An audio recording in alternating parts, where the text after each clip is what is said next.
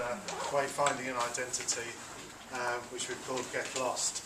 I'm really pleased to see so many people packed in here for an event at our ground floor space, and even more coming in the door at the moment. Plenty of seats over here and a few over there as well.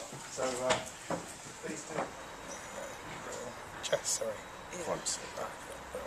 Thank you. Well, this evening and today has all been about wayfinding and identity, and we've got this wonderful exhibition here called Our Urban Playground, which has been done by young people on the Architecture for Everywhere programme. And this gives us a clue as to what May thinks about wayfinding and identity. Actually, over now to Peter Hannah, who's going to introduce our speaker. Currently Head of Arts Education for Birmingham City Council, and also for Birmingham LEP, which is the Building Schools of the Future programme we've still got left here in Birmingham, which is about 16 schools. I'm the LEP's Arts and Cultural Strategy Advisor, so lots of advisor jobs really.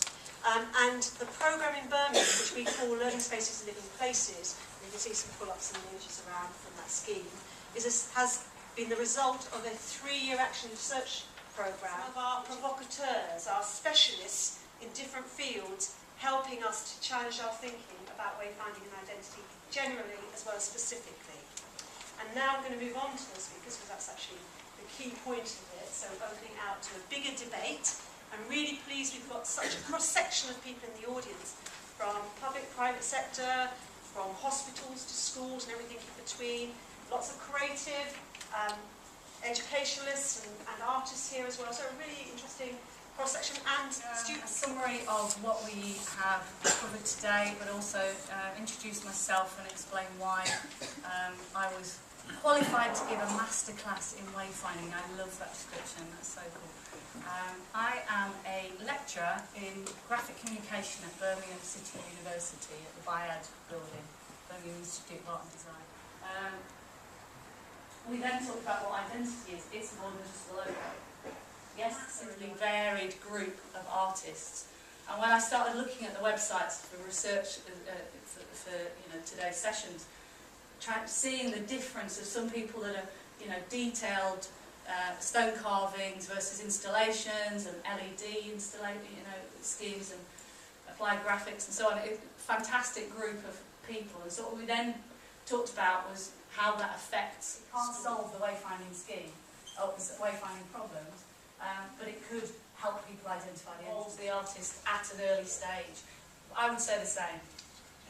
Involve the wayfinding consultant. Right at the start, I can tell you where everyone's going to get lost when it's on plan, because there's clearly a bottleneck. To the QR code element, we came up with an idea there that you could use mobile phones to scan in barcodes of books. So maybe good for lecturers who've got to give out reading lists to students, so the students can go and find that book and then scan it and get the next book, or work out which order they should read the books in. And good for lecturers to find out which students are actually reading the books, possibly.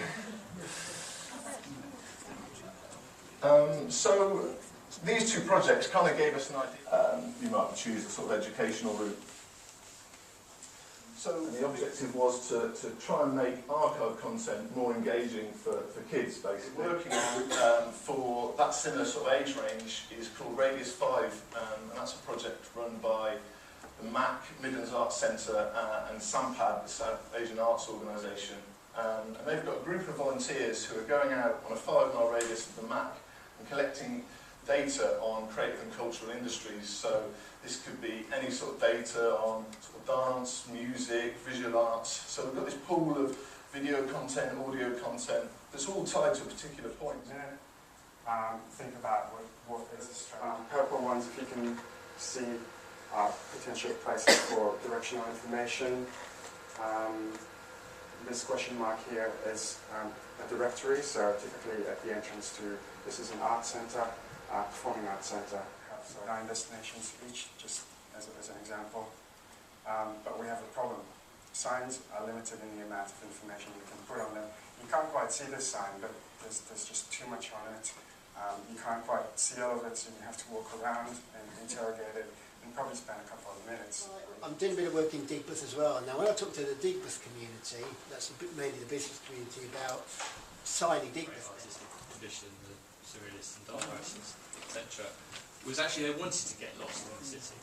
And they had these incredible games, as you alluded to, in order to provoke, to expose bits of the city and certainly randomness. And I was just wondering what the panellists felt about, is there a place for actually getting lost and the joy of doing that? And how do you... Absolutely, and I think all the wayfinding schemes need to be conscious of that within the cities.